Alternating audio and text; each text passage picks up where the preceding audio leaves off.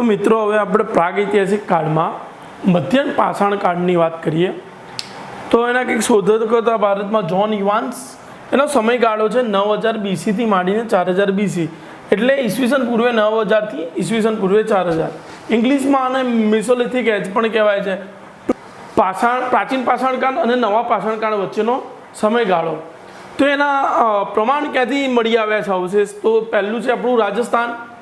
આપણા માટે most IMP છે ગુજરાતના લાંગણજમાંથી, રાજસ્થાનના બેગોરમાંથી, યુપીના સરાય નાહરરાયમાંથી, મહદસામાંથી, મધ્યપ્રદેશના આદમગઢ પંચમઢીમાંથી અને તમિલનાડુના ટેરીમાંથી. રાજસ્થાનના બેગોરના ભીલવાડા જિલ્લામાં કોઠારી નદીના કિનારે સૌથી મોટું આવાસ, મધ્ય પાષાણ કાળનું સૌથી મોટું આવાસ રાજસ્થાનના બેગોરમાંથી મળી આવ્યું. અને ગુજરાતના લાંગણજમાં રેતીના ટીંબામાંથી માનવ કંકાલ મળી આવ્યા. તો આ બંને ખૂબ આઈએમપી છે. ગુજરાતની વાત કરું તો રોબર્ટ બ્રુસ ફૂટે 1893માં વિજાપુર તાલુકો, એ વખતે બ્રિટિશ ઇન્ડિયા હતું એટલે એ પહેલાં વડોદરામાં આવતું હતું, હાલ મહેસાણામાં આવે છે. ત્યાં કોટ અને પેઢામલીમાં સાબરમતી નદીના કિનારે માનવકૃત ઓજાર શોધ્યા હતા. તો માનવકૃત ઓજાર રોબર્ટ બ્રુસ ફૂટે વિજાપુર તાલુકામાંથી શોધ્યા હતા. અને ગુજરાતના લાંગણજમાં હસમુખ સાંકળિયાએ બી સુબ્બારાવની સાથે રહીને 1941માં લાંગણજ પાસેથી પશુ માનવ કંકાલ અને માટીના વાસણો, અગત્યનું છે 14 માનવ કંકાલ રેતીના ટીંબામાંથી હસમુખ સાંકળિયાએ ત્યાં શોધી પાડ્યા હતા. એટલા માટે જ આપણા માટે આ ડેટા ખૂબ અગત્યનો થઈ જાય છે મધ્ય પાષાણ કાળનો. ઉત્તર પ્રદેશના સરાયના હરરાયમાં સમાધિ અને અસ્થિ કંકાલ મળી આવ્યા અને મહદશામાંથી સ્ત્રી પુરુષનું યુગ્મ દફન કરાયેલું સબ મળી આવ્યું. હવે એ આપણને સાબિતી આપે છે કે એ સમયે આપણે રિચ્યુઅલ રાઇટ્સ ફોલો કરતા હતા. ટૂંકમાં આપણે એ બધી વિધિ વિધાન મરણ વખતેની પાડતા હતા. મધ્યપ્રદેશના આદમગઢમાં સૌથી પહેલાં પશુપાલન થતું હતું એવો અવશેષ મળી આવે છે. તો આ પણ સારો એવો ડેટા છે. અને પંચમઢીનામાં 2 શૈલાશ્રય મળી આવ્યા. તમિલનાડુના ટેરીમાંથી એક કાચો માલ હતો, જે હલકા ભૂરા રંગનો પથ્થર હતો, જેનો ઉપયોગ કરીને ત્યાંની સભ્યતાના લોકો ટૂલ એટલે ઓજાર બનાવતા હતા. એના સિવાય ગુજરાતમાં તાપી, નર્મદા અને મહી 3 મોટી લાંબી નદી છે આપણી, એમાંથી પણ આના કંઈક પ્રમાણ મળી આવે છે. એની ઘાટીમાંથી, સાતપુડામાંથી, કોંકણમાંથી, કૃષ્ણા નદી ઘાટીમાંથી પણ મળી આવ્યા છે. આ સમયે માનવ કે ઠેક ઠેકાણે સ્થિર થયો, માટીના વાસણો ઉપયોગ કરતો હતો, લાલ અને કાળા માટીના વાસણો. તો લાંગણજમાં બી એનું પ્રમાણ મળી આવે છે. આ ઉપરાંત માઇક્રોલિથિકનો પણ ઉપયોગ કરતા હતા. માઇક્રોલિથિકની વાત હમણાં જ આપણે કરી છે. ઓજાર, 2 પ્રકારના ઓજાર નજરે પડે છે, કોર અને ફ્લેક. ગુજરાતીમાં કહીએ તો ગાભો અને પતરી. એ મધ્ય પાષાણ કાળ દરમિયાનના હતા. મોટા પથ્થરમાંથી બનાવેલો ગાભો અને નાના પથ્થરમાંથી બનાવેલી પતરી. તો એ વખતેની ના ઓજાર એ આપણને ગુજરાતમાંથી પણ મળી આવ્યા છે. તો આ કંઈક વાત હતી. આમાં એમપી છે ગુજરાતનું લાંગણજ, રાજસ્થાનનું બેગોર. તો આપણે હવે કંઈક આના પછીનો ન્યુલિથિક એટલે કે નૂતન પાષાણ કાળ જોઈ લઈએ, જેમાં એગ્રીકલ્ચર રેવોલ્યુશન પણ આવશે કે કેવી રીતે વિશ્વમાં, ભારતમાં અને ગુજરાતમાં ખેતીની શરૂઆત થઈ. એટલે આના પછીનો કાળ છે નૂતન પાષાણ કાળ. તો નૂતન પાષાણ કાળની ભારતમાં શોધ ડૉક્ટર પ્રાઇમ રોઝે કરી હતી. નૂતન એટલે નિયો, પાષાણ એટલે લિથિક અને કાળ એટલે એજ, એટલે આને નિયોલિથિક એજ કહેવાય છે. તો આને નૂતન પાષાણ કાળ કહેવાય છે. આ યુગનો માનવી હતો ને એ સ્થાયી થઈ ગયો, સ્થાયી જીવન જીવતો થયો અને ધાન્યનું મોસમી ઉત્પાદન કરતો થયો હતો. જળના વાર્ષિક સંગ્રહને કારણે તેનું વસવાટ નદી કિનારે હતું. તો કોઈ પણ હવે સંસ્કૃતિનો ઉદ્ભવ ક્યાંથી થાય? નદી કિનારે. તમે જો સિંધુ સંસ્કૃતિનો ઉદ્ભવ સિંધુ નદી કિનારે થયો છે. મિસરની સંસ્કૃતિનો ઉદ્ભવ નાઇલ નદીનો કિનારો થયો છે ઇજિપ્તમાં. તો એ નદી કિનારે વસવાટ કરતો હતો અને સ્થાયી પણ થવા માંડ્યો હતો. આ સમયના માનવીમાં હુન્નર કળા હતી. ટૂંકમાં એ હુન્નર કળા જાણતો હતો. તો જાણતો જ હોય હુન્નર કળા. એની હુન્નર કળા ના હોય તો સિંધુ ખીણની સંસ્કૃતિમાં જે આપણને અવશેષ મળી આવે છે, જે એમનું અર્બનાઇઝેશન દેખાય છે, આ કળા ના જાણતો હોય તો એ ના હોય. તો પણ લેખિત કળા હજી ઉદ્ભવી નથી. હા, તો લેખન નહોતું જોવા મળતું અને કોઈ એવો અવશેષ કે એવું ઉપકરણ બી નહીં મળતું લેખન કળાવાળું. તો એટલા માટે જ આને પ્રાગૈતિહાસિક કાળ કહેવાય છે, આને પ્રાગૈતિહાસિક કાળ કહેવાય છે. એના અવશેષ હવે ક્યાંથી મળી આવ્યા? તો બલુચિસ્તાન પહેલાં અખંડ ભારતનો જ ભાગ હતું. એના મેહરગઢમાં મોસ્ટ આઈએમપી છે, આ મોસ્ટ આઈએમપી ઘણી ક્લાસ 3ની ટેટના ટાટની એક્ઝામમાં પૂછાયું છે અને ગુજરાત બોર્ડની ચોપડીમાં તમને આનો ઉલ્લેખ જોવા મળશે. તો એમાં ઘઉં અને જવના અવશેષ મળ્યા. ટૂંકમાં કૃષિનું સૌથી પ્રાચીન સાક્ષ્ય મળ્યું એવું કહી શકાય. સ્થાયીજીનો જીવન ત્યાં જોવા મળ્યું એવા બી એના અવશેષ મળ્યા અને કાચી ઈંટના મકાન જોવા મળ્યા છે. તો આના ફોટા તમે ઓનલાઈન જોઈ શકો છો. બલુચિસ્તાનમાં એ હાલ પાકિસ્તાનમાં આવ્યું છે. હવે જમ્મુ કાશ્મીરની વાત કરીએ તો કાશ્મીરમાં બુર્જહોમમાં શ્રીનગર પાસેના સરોવરની પાસે એક ગર્તાવાસ મળેલું.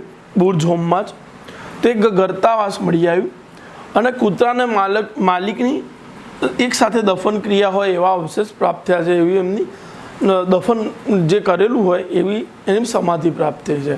ગુફરાલ છે એ બી કાશ્મીરમાં જ આવ્યું અને એમાંથી અસ્થિના ઓજારો અને મસાલા પીટવાનું સાધન એટલે સિલબટ્ટા અહીંથી પ્રાપ્ત થયું હતું.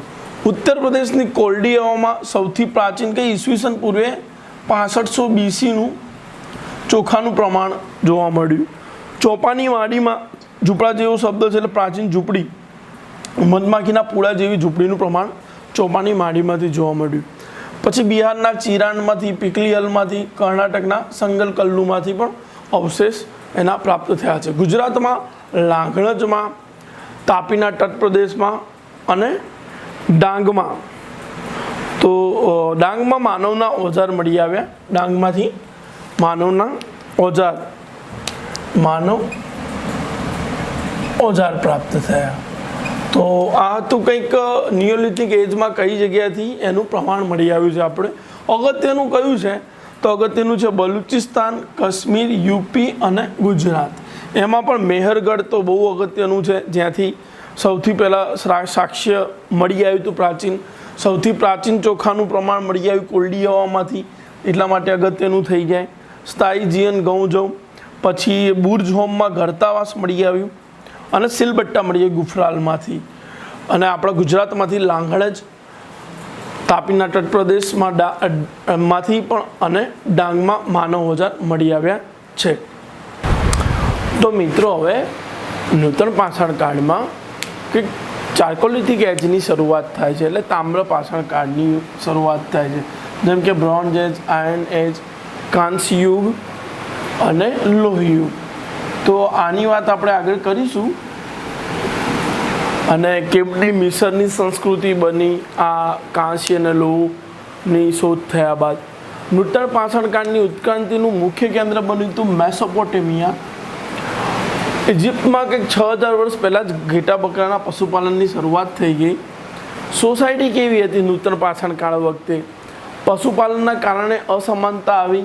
ધીમે ધીમે પહેલાં પાષાણકાળ, પ્રાચીન પાષાણકાળ જે હતો ને એમાં લીડર નહોતો, કોઈ નેતા નહોતો, પણ પશુપાલન અને જે નિયોલિથિક એજમાં ખેતી માટે રેવોલ્યુશન થશે,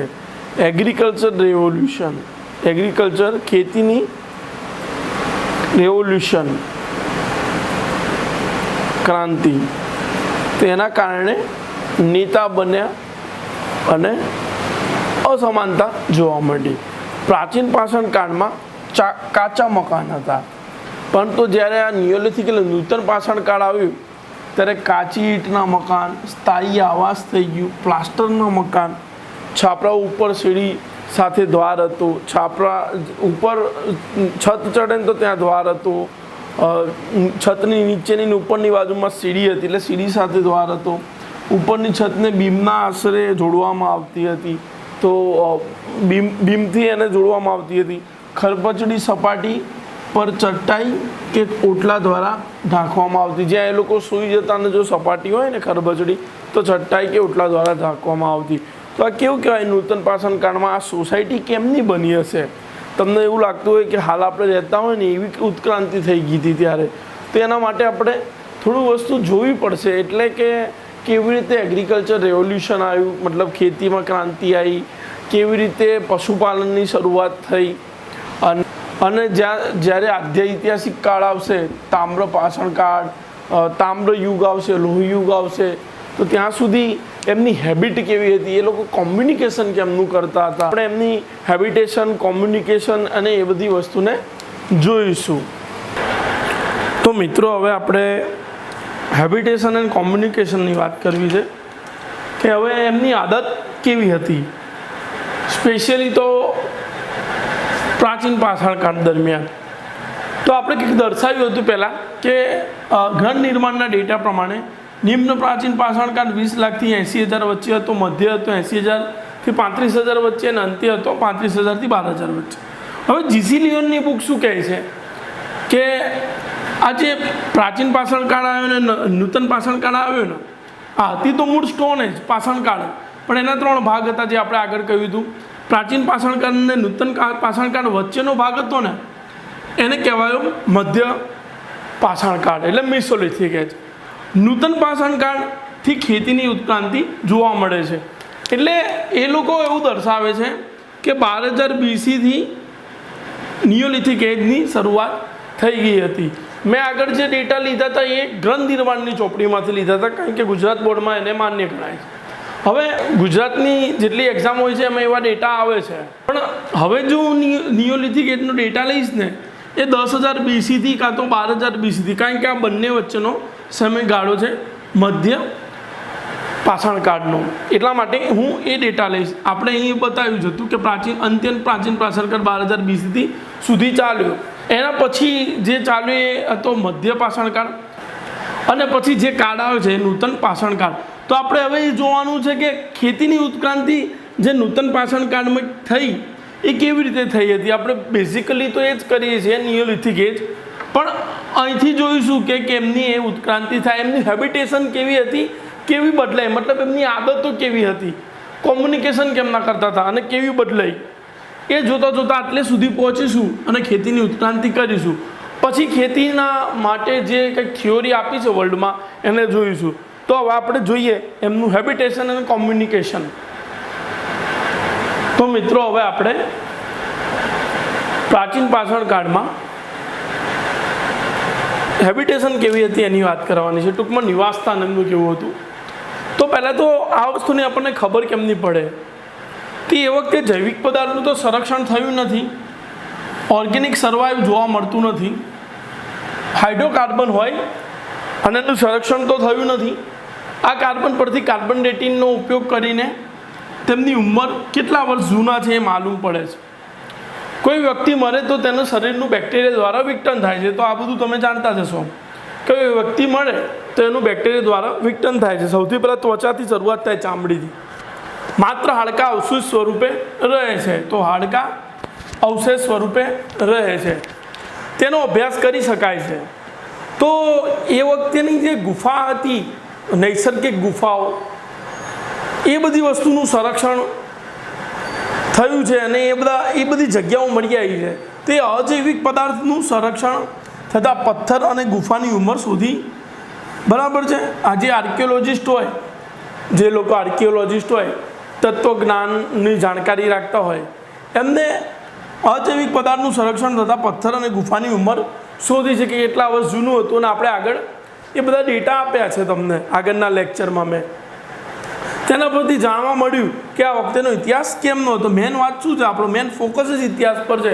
એ લોકો કેવી એમની હેબિટેશન, એમની આદત કેવી હતી, એમનું નિવાસસ્થાન કેવું હતું, હેબિટેટ, બરાબર, એટલે નિવાસસ્થાન. તો એ લોકો મેં પહેલાં પણ જણાવ્યું હતું કે 25થી 30ના લોકોના સમૂહમાં રહેતા હતા, બેન્ડ્સ કહેવાતું હતું. સ્પેશિયલી હોમો ઇરેક્ટસ પછી હોમોસેપિયન્સ બન્યા. તો એ ખોરાકમાં વનસ્પતિનો ઉપયોગ કરતા હતા. ખોરાકમાં એમણે વનસ્પતિનો ઉપયોગ કર્યો. નાના પ્રાણીઓનો શિકાર કરતા હતા એ લોકો. હોમોસેપિયન્સ એ મોટા જાનવરોનો શિકાર કરતા હતા. તો હોમો ઇરેક્ટસ હતા એ નાના પ્રાણીઓનો શિકાર કરતા હતા.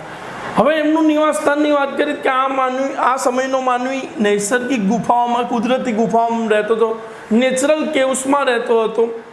અને બેન્ડ્સ અલગ અલગ રહેતા હતા. મતલબ દરેક બેન્ડ્સ એટલે 25થી 30 લોકોનો સમૂહ. તે એમનું એક ઇલાકો હોય, એમની ટેરિટરી હોય. તે બેન્ડ્સ પ્રાણીની જેમ પોતાનો પ્રદેશ હોતો, કૂતરાઓનો હોય છે ને એવી રીતે જ. તો અલગ રહેતા હતા અને મોસમી ઘણીવાર મોસમી ફેરફાર થાય, ચક્રીય રીતે એ લોકો ઘણીવાર બેન્ડ્સ ભેગા પણ થતા હતા કે ભાઈ આવો ફેમિલી ભેગા થઈને કંઈક કરીએ એવું કંઈક. અને તેમનું મુખ્યત્વે કાર્ય શિકાર અને ખોરાક ભેગું કરવાનું હતું. તો એમનું મુખ્યત્વે કાર્ય શિકાર અને ખોરાક ભેગું કરવાનું હતું. અલ્ટિમેટલી જીવવું હોય તો ખોરાકની જરૂર પડે. તો આ કંઈક વાત હતી કે એ શું કરતા હતા એ વખતે. એમની ઉંમર કેમની શોધાઈ, તો સૌથી પહેલાં એમના પથ્થર અને ગુફાની ઉંમર શોધીને ઇતિહાસ કેમનો હતો એ આપણને જાણવા મળ્યો. બેન્ડમાં રહેતા હતા, 25 થી 30ના ખોરાક તરીકે વનસ્પતિનો ઉપયોગ કરતા હતા. પછી આપણે હોમોસેપિયન્સ પર હવે આવીએ છીએ. આ સમયનો માનવી નૈસર્ગિક ગુફામાં રહેતો હતો. મુખ્યત્વે મધ્ય પ્રાચીન પાષાણકાળ દરમિયાનની વાત હશે, કારણ કે નિમ્ન પ્રાચીન પાષાણકાળમાં કેમનું માનવું હતું એ એટલું બધું જાણકારી ઇતિહાસ મળ્યો નથી અને હિસ્ટ્રી હંમેશા અનસર્ટેન હોય. એમાં પ્રાગૈતિહાસિક કાળમાં તો વધુ અને એમાં જેમ શોધખોળ થતા રહે એમ ઇતિહાસનું વિસ્તરણ થતું રહે. તો મોસમી રીતે ઘણીવાર બેન્ડ્સ ભેગા થતા હતા. દરેક બેન્ડ્સને એક ટેરિટરી હતી, પોતાનો પ્રદેશ હોતો હતો. તેમનું મુખ્યત્વે કાર્ય શિકાર અને ખોરાક ભેગું કરવાનું હતો. ખોરાક શબ્દ આવ્યો તો જે હોમોસેપિયન્સ હતા ને એ મોટા જાનવરનો શિકાર કરતો હતો. આપણે વાત કરતા હતા એમની હેબિટેશનની. તો આપણે જેમ કહ્યું કે હોમો ઇરેક્ટસ એ બેન્ડ્સમાં રહેતા હતા અને ખોરાકમાં વનસ્પતિનો ઉપયોગ કરતા હતા, નાના પ્રાણીનો શિકાર કરતા હતા. પણ એના બાદ જે બાયોલોજિકલ એવોલ્યુશન થયું એ હોમોસેપિયન્સ આવ્યા અને એમને મોટા જાનવરોનો શિકાર કર્યો. તો બાયોલોજિકલ એવોલ્યુશન શું છે? તો આજે આપણે માણસ બન્યા, મૂળ આપણે હતા પોઝિન્ડે એટલે ગોરીલા કે ચિમ્પાન્જી વર્ગના પ્રાણી, અને એમાંથી બને આપણે હોમિનિડે, એટલા માટે માનવ વર્ગના આપણે પ્રાણી બની ગયા. તો આ જે બાયોલોજિકલ એવોલ્યુશન આવ્યું ને એની થિયોરી ચાર્લ્સ ડાર્વિને આપી હતી. થિયરી ઓફ એવોલ્યુશન, ઉત્ક્રાંતિવાદ આપ્યો છે ગુજરાતીમાં કહું તો. ડાર્વિને ઉત્ક્રાંતિવાદ આપ્યો છે. તો એના પરથી આપણને જાણવા મળ્યું કે આપણું એવોલ્યુશન થયું છે અને કલ્ચરલ એવોલ્યુશન પણ થયું છે. મતલબ સાંસ્કૃતિક ઉત્ક્રાંતિ જ થઈ છે. એટલે ટૂંકમાં વનસ્પતિથી આપણે હવે આ મોટા મોટા પ્રાણીઓનો શિકાર કરવા માંડ્યા હોમોસેપિયન્સ. એના બાદ પણ હોમોસેપિયન્સ આવ્યા છે. તો પોન્ઝિડેમાંથી આપણે હોમિનિડે બન્યા. તો સૌથી પહેલાં કહેવાય છે હોમો હેબિલિસ હતા. તો આપણે આગળ વાત કરીએ, હથિયાર બનાવીને આ કરીને શિકારની શરૂઆત કરી, એ હોમો હેબિલિસે જ કરેલી. જે હથિયારની બનાવની શરૂઆત કરી હતી, શિકારની શરૂઆત એમને જ કરી હતી. પછી જ્યારે આપણે જ સીધા ઊભા રહેવા લાગ્યા, અપરાઇટ મેન થઈ ગયા પ્લિસ્ટોનિસ યુગ દરમિયાન, એ વખતે પણ આપણે વાત કરી હતી, ત્યારે આપણે હોમો ઇરેક્ટસ થઈ ગયા. તો આ એ હોમો ઇરેક્ટસ જ હતા ને, એ હોમિનિડે હતા ને, એ જ આપણને પોન્ઝિડેથી અલગ રાખતા હતા. મતલબ બંને રહેતા તો આફ્રિકામાંથી જ હતા. આઉટ ઓફ આફ્રિકા થિયરી, બધા માણસ આફ્રિકામાંથી જ બહાર આવ્યા છે. તો પશ્ચિમ અને મધ્ય આફ્રિકામાં રહેતા હતા, પણ પોન્ઝિડે હતા ને 4 પગે ચાલતા હતા. અને હોમો ઇરેક્ટસ એકદમ સીધા ઊભા રહેવા લાગ્યા અને હોમિનિડેના જ પ્રકારમાં આવતા હતા જે 2 પગે ચાલતા હતા. એ પૂર્વ અને સાઉથ આફ્રિકા બાજુમાં રહેતા હતા. તો ટૂંકમાં એ અપરાઇટ મેન બની ગયા પ્લિસ્ટોનિસ યુગ, જે ભૂસ્તરીય ઇતિહાસ પ્રમાણે, ભૌગોલિક ઇતિહાસ પ્રમાણે, એટલે એને હોમો ઇરેક્ટસ કહેવા માંડ્યા. અને પછી તો આપણું જે માનવ વૈજ્ઞાનિક નામ છે હોમોસેપિયન્સ, લેટિનમાં કહીએ તો વાઇઝ મેન, તો આપણે હોમોસેપિયન્સ બની ગયા. અને એના પછી પણ હોમોસેપિયન્સની થિયોરી છે. તો ચાર્લ્સ ડાર્વિને આ ઉત્ક્રાંતિનો સિદ્ધાંત આપ્યો છે. આ બાયોલોજિકલ એવોલ્યુશન છે. અને પેલું જે વાત કરીએ છીએ ને આપણે, એ કલ્ચરલ એવોલ્યુશન. પણ એમાં અગત્યનું શિકારની વાત આવી તો મેં આ તમને ડેટા જણાવી દીધો. હવે કેમનું થયું? તો અંદરના અંગ, ચહેરો, સ્નાયુનો આકાર બદલાયો. તો 4ની જગ્યાએ 2 પગે ચાલવા માંડ્યા, જેવું કહ્યું ને મેં, એકદમ અપરાઇટ મેન થઈ ગયા હોમો ઇરેક્ટસના. પછી હોમોસેપિયન્સ તો એકદમ માણસ જેવા જ લાગતા હતા. આંગળી, હાડકાના આકાર બદલાયા, મગજનો વિકાસ થયો, એનો આકાર વધ્યો, શેપ સાઇઝ વધવા માંડી શેપની સાથે. અને શિકારમાં પણ આપણે કહેવાય તો ઘોડાનો શિકાર કરતા હતા. બાઇસન એટલે જંગલી ગાય, ભેંસ કે બળદનો શિકાર કરતા હતા.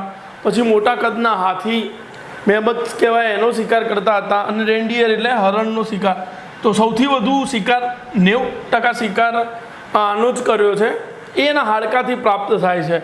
તો જે નેચરલ કેવ્સ હોય તે એમના હાડકા મળી આવે. ઘણી એવી જગ્યા છે ઘણા એવા નિવાસસ્થાન છે, આપણા નિવાસસ્થાન પર અંડાકાર હોતા હતા, ઓવલ શેપમાં આવતા, અને નેચરલ કેવું ગુફામાં રહેતા હતા. તો હોમો હેબિલિસ વખતે તો એટલી બધી જાણકારી નહીં મળતી, પણ મળે છે એ દેખવા મળે છે કે ઇરેક્ટસ હેબિલિસ એ નેચરલ કેવ્સમાં એટલે નૈસર્ગિક ગુફાઓમાં અંડાકાર શેપમાં રહેતા હતા. તો એવી રીતે આપણું કલ્ચરલ ઇવોલ્યુશન થયું. આ જે છે એનું બાયોલોજિકલ ઇવોલ્યુશન છે, એટલે કે જૈવિક ઉત્ક્રાંતિ છે એમની, કે એમના શરીરના અંગ બદલાયા અને હવે એમની હેબિટ કેમની થઈ એ એનું કલ્ચરલ એવોલ્યુશન, સાંસ્કૃતિક ઉત્ક્રાંતિ છે. તો હોમોસેપિયન્સ અત્યારે શિકાર કરતો થઈ ગયો છે. હવે આગળ જોઈએ આપણે કે એમનું કલ્ચરલ એવોલ્યુશન થયું. તો ગુફામાં તો એ રહેતા હતા જ, તેના બાજુથી પાણી પાસે રહેવાની શરૂઆત કરી, નદી તટ બાજુ રહેવાની શરૂઆત થાય તો સિવિલાઇઝેશન ઊભી થાય, અને સિવિલાઇઝેશન ઊભી થાય તો અર્બનાઇઝેશન આવે. તો હજી તો ધાતુયુગ આપણે જોયો નથી, તો નદી તટ પાસે રહેવાની શરૂઆત કરી. અંડાકાર ગુફાનો આકાર હતો ઓવલ શેપનો રહેતા હતા. તો કંઈક મોરાવિયાની કિલ્લના, ફ્રાન્સની હોટસ, ઈરાકની સનીદાર અને ઉઝબેકિસ્તાનની તેસી તાજ, આના ઉપરાંત કંઈક જર્મનીની બોક્સટીવ્સ નામની ગુફાઓ છે જે ખૂબ અગત્યની છે ને જાણીતી ગુફાઓ છે. તો આ ગુફાનું પેઇન્ટિંગનો અભ્યાસ કરાય છે. તો પેઇન્ટિંગથી આપણે હવે આર્ટ અને કોમ્યુનિકેશન બાજુમાં વળીશું. તો 25થી 30 કિલોમીટરની અંદર જ રહેતો હતો, 25થી 30 લોકોના સમૂહમાં અને કિલોમીટર, અને એ જ પ્રદેશમાં માનવી શિકાર કરતો હતો. એમનું રહેઠાણનું મુખ્ય કેન્દ્ર શું હતું? Water resources, water bodies. તો પાણીની જે પાણી હોય એની પાસે રહેતો હતો. એને હટ્સ બનાવવાની શરૂઆત કરી હતી. મેં આગળ જ કરાવ્યું હતું એ પ્રમાણે રાફ્ટ્સ બનાવતો અને દૂર દૂર સુધી એ પ્રવાસ કરતો, પાણીમાં નાવડી બનાવતો, ચક્કુનો ઉપયોગ કરતો અને આઇસલેન્ડ સુધી પહોંચતો. તો ઝૂંપડા બનાવવાની શરૂઆત કરી હતી. એટલે ટૂંકમાં પેલિયોલિથિક એજમાં, પ્રાચીન પાષાણ કાળમાં એને ઝૂંપડા બનાવવાની શરૂઆત કરી. પાંદડાના છાલની ઝૂંપડી જોવા મળી છે. આની આગળ નિયોલિથિકમાં કેવું હતું એમનું મકાન, એની પણ આપણે વાત કરેલી છે. તો હવે આપણે આર્ટ અને કોમ્યુનિકેશન બાજુમાં વળીએ કે આ પેઇન્ટિંગનો ઉલ્લેખ આવ્યો હતો કે એમની પેઇન્ટિંગ હતી એમની, અને એનો અભ્યાસ અત્યારે આર્કિયોલોજિસ્ટ કરી રહ્યા છે. તો હવે મિત્રો આપણે જોઈએ એમનો આર્ટ અને કોમ્યુનિકેશન. તો આર્ટ એટલે કે હુન્નર, કળા. તો કેવી કળા કરતા હતા? ગુફા કળા કરતા હતા. એમાં ચિત્ર જોવા મળી છે, છત, દિવાલ પર ચિત્ર જોવા મળ્યા છે. સંજ્ઞા સ્વરૂપે દોરતા હતા. પોલિશ કળા હતી એમની આર્ટમાં, હાડકાને કલર કે પોલિશ કરતા હતા. પથ્થર ઉપર વધુ ચિત્ર જોવા મળ્યા છે. શિકારના ચિત્રો પણ જોવા મળ્યા છે. તો આ બધું આપણે આગળ કવર કર્યું હતું. હવે સ્પેનમાં આલ્ટામિરાના ગુફા ચિત્રો છે. સ્પેનના આલ્ટામિરાના ગુફા ચિત્ર છે, બહુ જ અદ્ભુત ચિત્રો છે. તમે ઓનલાઈન જુઓ, એમાં બાઇસનના છે, ડિયરના, હોર્સ, વુલ્ફ, કાવ, લાયન. તો આ પ્રાણીના ખાલી ચિત્રો નથી, એની આખી મૂવમેન્ટ બતાવી છે, એમનું કાર્ય કેમનું હોય, કાર્યરીત બતાવી છે. એના સિવાય તો ભાલાના અને મરેલા માણસના ચિત્ર આફ્રિકા અને અમેરિકાની ગુફાઓમાં જોવા મળ્યા. ટૂંકમાં એ ચિત્રો કેમ દોરતા હશે એવો પ્રશ્ન ઊભો થાય. આશરે 200થી વધુ શણગાર કરેલા ચિત્રવાળી ગુફા મળી, શણગાર કરેલી ચિત્રવાળી ગુફા જોવા મળી. તો પ્રશ્ન ઊભા થાય કે ત્યારના માનવી ગુફા ચિત્ર કેમ દોરતા હતા? હજી તો એમના માઇન્ડનું એટલું બધું વિકાસ થવાની બાકી હતું. તો હજી સુધી એની કોઈ જાણકારી મળતી નથી. અનેક મત છે ને અનેક ચર્ચા રહેલી છે. આ એક ચર્ચા જ છે, અનેક મત પ્રવર્તમાન છે. એમાંથી ઘણા મત મેં લખ્યા છે કે પરંપરા હતી કે શિકાર કરતાં પહેલાં ચિત્ર દોરવું જરૂરી છે એવી. ઘણા લોકો એવું માનતા હોય કે મેજિક કરતા હતા, જાદુ ટોણા કરતા હતા. પછી સામાજિક વર્ગને દર્શાવવા માટે, તેના મેલ ફિમેલ ચિલ્ડ્રનને દર્શાવવા માટે પ્રાણીની મદદથી એમને દર્શાવતા હતા, એવું એક મત છે. અને એક બીજો મત છે કે કોઈ એક બેન્ડ એ ગુફામાં રહેતી હોય તો તેનો પ્રદેશ છે તેવું દર્શાવવા માટે, બીજા બેન્ડને એવું દર્શાવવા માટે આવા ચિત્રો દોરતા હશે.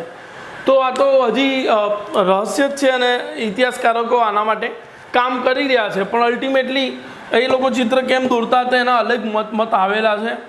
પણ તમે જુઓ તો કે એમને સંજ્ઞા સ્વરૂપે ઘણા બધા ચિત્રો દોર્યા છે અને એના સિવાય બી ચિત્રો જોવા મળે છે. કોમ્યુનિકેશન કેમ ના કરતા હશે એ વખતેના માનવી? તો વર્બલ તો લોકો વર્બલ કોમ્યુનિકેશન તો કરી જ નથી શકતા, મતલબ શબ્દોનો કોઈ ઉપયોગ નહોતો થયો એ વખતે, નકર તો ભાષા અને લિપિની વાત થાય. હોમોસેપિયન્સ થોડું બોલતા હતા, તો એ પણ ચીચિયારી જેવું બોલતા હતા. Use of symbol, use of ડ્રોઈંગથી એ લોકો વાતો કરતા હતા. કોમ્યુનિકેશન કરવું, સંચાર કરવું, મતલબ એનો મતલબ એમ નહીં કે ખાલી બોલવું, લખીને પણ તમે કોઈને વાત કરી શકો, એક્સપ્રેસ કરી શકો. તો સિમ્બોલનો, ડ્રોઈંગનો ઉપયોગ એ કરતા હતા. તો આ તો કંઈક હતી પેલેલિથિક એજની વાત, કે એ વખતે કલ્ચરલ એવોલ્યુશન ને બાયોલોજિકલ એવોલ્યુશન કેમનું થયું. આની આગળ આપણે હજી તો એગ્રીકલ્ચરનું રેવોલ્યુશન કરવાનું બાકી છે. ટૂંકમાં અત્યાર સુધી આપણે શું જોયું કે કેમનું કોન્ટિનેન્ટ બન્યા, કેમનું આખું આ પૃથ્વીની રચના થઈ બિગ બેંગ થયા બાદ, એ આપણે ભૌગોલિક ઇતિહાસમાં જોયું. એના બાદ આપણે એવું જોયું કે પાલેલિથિક એજમાં માનવીઓ આવ્યા, Africa, out of Africa theory, કેમનો માણસ હોમોસેપિયન્સ બન્યો અને કેમનું એમનું કલ્ચરલ એવોલ્યુશન થયું. હવે આપણે એમની જોડેથી ખેતી કરાવીશું તો આ લોકો અસ્થાયીમાંથી સ્થાયી થશે અને ન્યુલિથિક રેવોલ્યુશન આવશે.